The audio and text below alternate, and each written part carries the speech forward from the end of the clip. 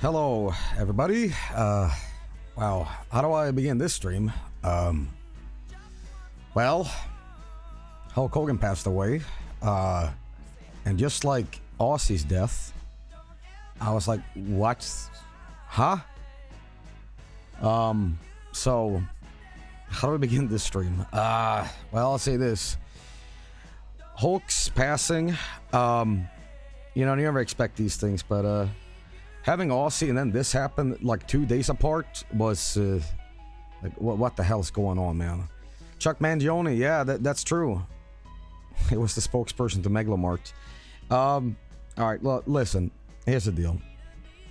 I know Hogan was a controversial figure. I know about that doesn't work for me, brother. I know he used a lot of fucking, wrestling politics, and but here's the deal. Hulk Hogan was a fucking ginormous cultural icon, and he was the wrestler. Like people can say, Flair is on top of the WWE mountain and, Undertaker and all that. But when it comes to just like making wrestling into what we know today, you cannot ignore Hulk's presence in the 80s, but also the 90s. With the NWO, and that means that Scott Hall is gone, Hulk Hogan is gone, Gene Bollea, and Kevin Nash is the only one that's left of the NWO. So I'm just gonna say this: Hulk Hogan, is the reason we have Bulk Hogan as a sort of weird character. But I'm just gonna talk about wrestling here and say this: wrestling has always been a part of these streams, with Vine Wrestle and stuff like that, and a lot of the irony is sort of like what wrestling, I mean that kind of stems a little bit from Hulk Hogan's, cultural impact. Suburban Commando, I think he was in Rocky 3, I believe, but I'm not gonna say that I personally like watched wrestling growing up the way I listened to like Ozzy Osbourne, because I dropped a comment on the YouTube chat. I told a story about my brother introduced me more to Ozzy's stuff, and we live like 6-7 hours apart. Lived in these bus rides back in like the early 2000s. He would put all these songs on an MP3 player, so I would memorize all the songs and shit. So, but growing up, my dad was more of a fan of wrestling. I've told this story many times on stream, but back in the analog days, TM, in the very, very, very, very, very early 90s, late 80s, the coax cable, my dad had a friend that worked with TVs. And I think he's retired now, but back in the analog days, there wasn't as much protection. And what you could do is you take a pair of scissors or knives, cut the coax cable in a weird way that allowed us to get Sky Channel and like 10,000 other channels. So my dad would watch these like Hulk Hogan Andre the Giant fights happening, like actually happening. I remember my mom told me that grandma used to love wrestling, but she watched it for the wrong reasons. He thought it was hilarious. Like when people Macho Man took a dive off the rope and smashed someone's head with the arm drop. She laughed. She's like, holy shit, man. A lot of these old wrestling legends, they're gone, and I can't tell you how many times I've seen like a tweet or something from like, oh, rest in peace. And the eerie thing, the really fucking eerie thing here, I am not kidding about this, and I don't want to make this about me, but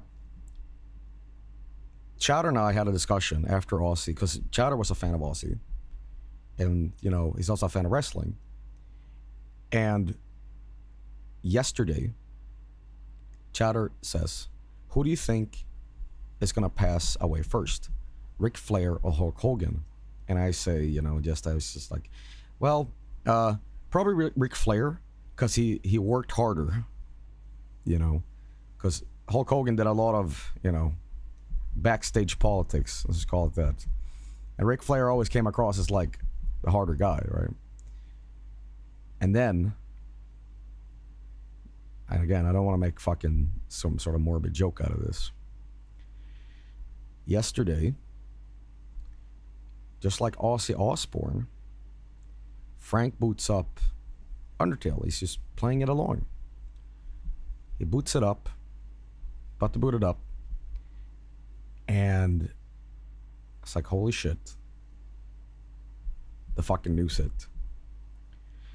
So, I don't want to make any like giant oh my god, but it's fucking weird circumstances, and and again, Chowder's comment too. But I'll say this: I know Hogan is a controversial figure. I know he was not particularly liked towards the end of his career.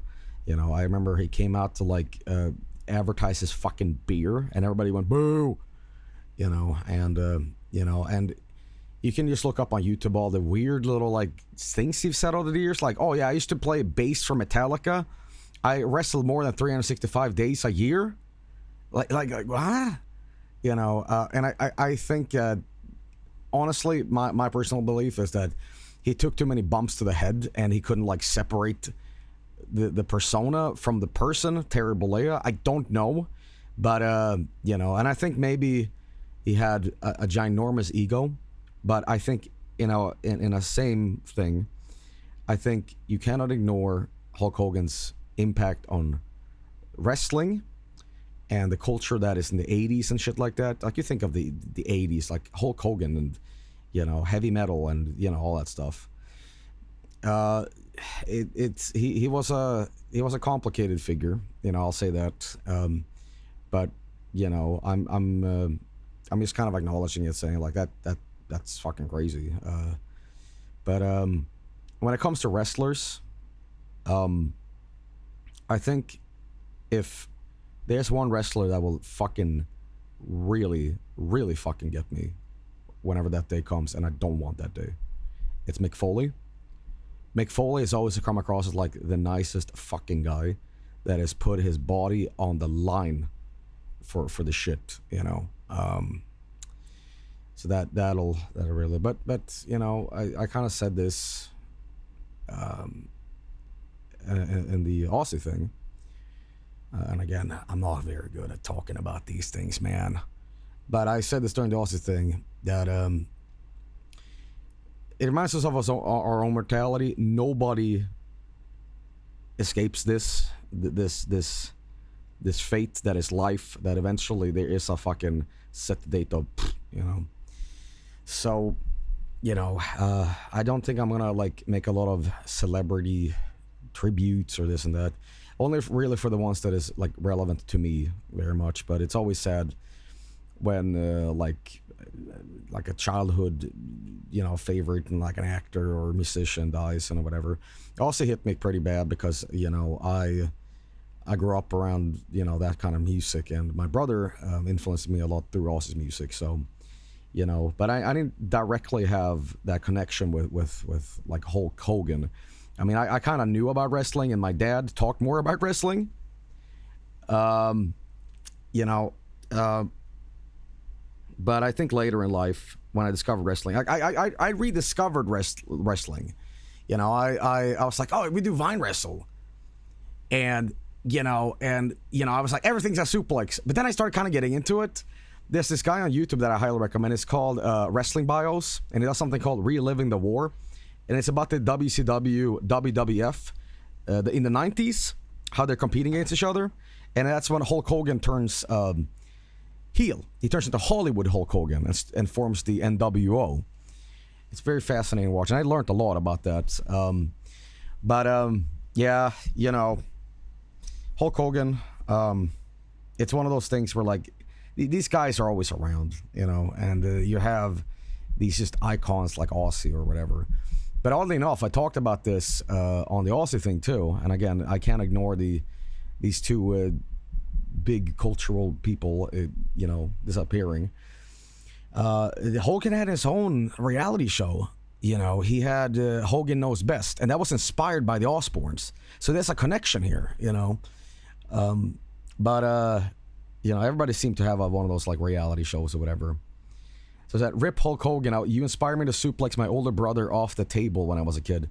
I know a lot of people hear the Jeff Hardy theme, and like, hang on, where is it? Is this the old one? Yeah. Fucking jump off the sofa. You know. But you know, as I said, a lot of these old wrestling legends are gone. And, you know, they're getting older, they're retired and all that shit. So, you know, it is life. But I can say this, you know, Aussie did a lot of stuff in his life. You know, that wasn't healthy for the body. And I think the same for Hulk Hogan. It's kind of a miracle that guy lived as long as he did. Because the amount of steroids and shit, or sorry, the vitamins, the prayers, brother, that was in this man's career, like, the fact that they did not get, like, a, you know, some sort of heart attack earlier is crazy. But, you know, again, I can't say that I was, like, super into Hulk Hogan's career. And not that I know every piece of information, so, you know, Hulk Hogan was a special part of 80s Americana that is somewhat unmatched even. If you didn't watch wrestling, you still know who he was. He was the Michael Jordan of wrestling. You can make it say that he was like the Michael Jackson of wrestling. I mean, you know. But, yeah, that's just me kind of saying that's fucked, man. Never forget Pasta Mania. Well... Never forget Pasta Mania. But again, you know, I'm just saying that before anybody comes in, like, Joel, did you hear? You know, I heard. But you know, Bulk Bogan, this silly character we made, you know, that is just like this sort of satirical lens of like wrestling. All right. And I'm not gonna play any like wrestling games or do nothing like that tonight, but you know, fucking Hulk Hogan, man. That's fucking crazy, man. Everyone heard it at this point. Yeah, you know, I'll say this. When the news that are not, like, local news, like in my bumfuck out of nowhere town, it's like Hulk Hogan dead. You know, like, that's crazy, you know. But, you know, remember when the Iron Sheik... The Iron Sheik fucking hated Hogan. He fucking hated him. I break his back. I make him humble. Fucking bullshit. The jabroni of the earth. Chuck Mangione also passed away this week too. So sad, yeah. Iron Sheik is having a ball right now with Hogan. Jessie hated Hulk too. A lot of people. I mean, Hogan had his own clique of people that it was like on his side, and well, I think it was around the finger poke of doom. If you don't know what that is, look it up. Kevin Nash, like in the early days of the internet, went on like a forum and to like respond to it, saying like basically, Hulk Hogan wanted this belt back, and we just had to kind of listen to him, and I just like we made a bump out of it. So. You know, and that's, some people say that killed WCW. I don't know about that. I think it was more so like bad matches, but you know, nobody really liked Hogan anymore except for Jimmy Hart. No, Hogan still had his clique of people, you know. Eric Bischoff, Jimmy Hart, Brutus Beefcake, Brian Knobb are all Hogan guys. Jessie had a good reason to hate the Hulk. He screwed over a union he was trying to build. Hulk was funny, but he was a shitty dude. Shifty dude. Some cervezas. Yeah, I don't know, man. I guess we'll talk more about it during the stream. But kind of like a opener here, but you know, I think I'll remember Hulk more so for the over-the-top promos and the sort of cultural impact on America and the world as a whole. He was a very eccentric guy, and I know not everybody loved him. He had his you know, weird lives over the years. There's been many YouTube videos about that, so I'm just gonna say this. Hulkster in heaven, all that shit, right? I don't know, man. But yeah, I think the character Hulk Hogan has always been a big stream thing anyway, and you know, with my dad kind of telling me about wrestling as a kid, so I guess I have a connection to that. So I don't know, man. But Hulk Hogan was like a cartoon character to me. I forgot he was actually a person. I think that cartoon persona, because he became #1, seeped into his actual person. Like, you know what I mean? Like, him calling everybody brother, and that's because he didn't remember everybody's names. He's called everybody brother. It's like dude or man, you know. You know, but listen, whatever you thought of Hulk Hogan, whatever I thought of Hulk Hogan, I'm just gonna say this: piece of 80s golden age WWE, and that sort of irony turned also like to real admiration for this entertainment. You know, it is a part of the stream, and you know, but what is bigger than that is also that mortality is a bigger part of life, and it permeates everywhere, and it is important to let me just segue in and say this: the people that you love, the people that you have in your family, the friends you have, you know, be mindful of the time as we all grow older, because no one can escape the cruelty of time, you know. So I'm just gonna say this: Hulk Hogan, rest in peace, brother. Hope that you know, you can make peace with a lot of the people, you know. I don't know if like I'm qualified to like comment on it, but you know, hope that Andre the Giant and Hulk Hogan like up there, man. I don't know, man. But yep, you know, definitely Aussie hit me way harder. I guess you know what it is. I was so shocked by Aussie's passing that I'm like emotionally like so like weirded out by it, that when I heard it, I wasn't inconsolable when Aussie passed, but it was like, I'm like, it's like you have when it rains it pours kind of deal. Like, you're what? And then you go, huh? What? You know what I mean? Like, it's just like a fucking bad thing after the other, you know. The Aussie concert footage made me cry big time even before he died. It was hard. So that I know, right? Our entire childhood generation is dying out. Makes me feel old. I don't want to say nothing because apparently, like, every time somebody thinks about a celebrity like this, I was talking to Frank about this a couple days ago, and I was thinking, it is like fucking crazy that we have Ringo and Paul McCartney still alive. One of like the reason like contemporary pop music is the way it is, the Beatles, like they still are around. And, you know, that's all I'm gonna say. But a lot of these like cultural legends, you know,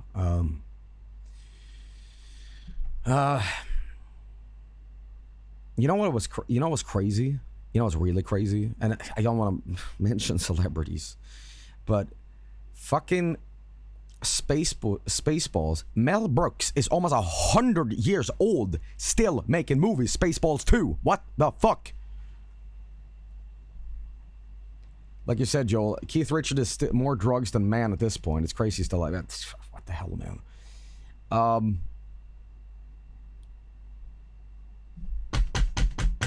There we go, knock on wood. He took a long break though. I'm yogurt. Yeah. Hulk Hogan. Again, I'm not the most educated wrestling fan. I I cannot tell a fucking Luthes press from a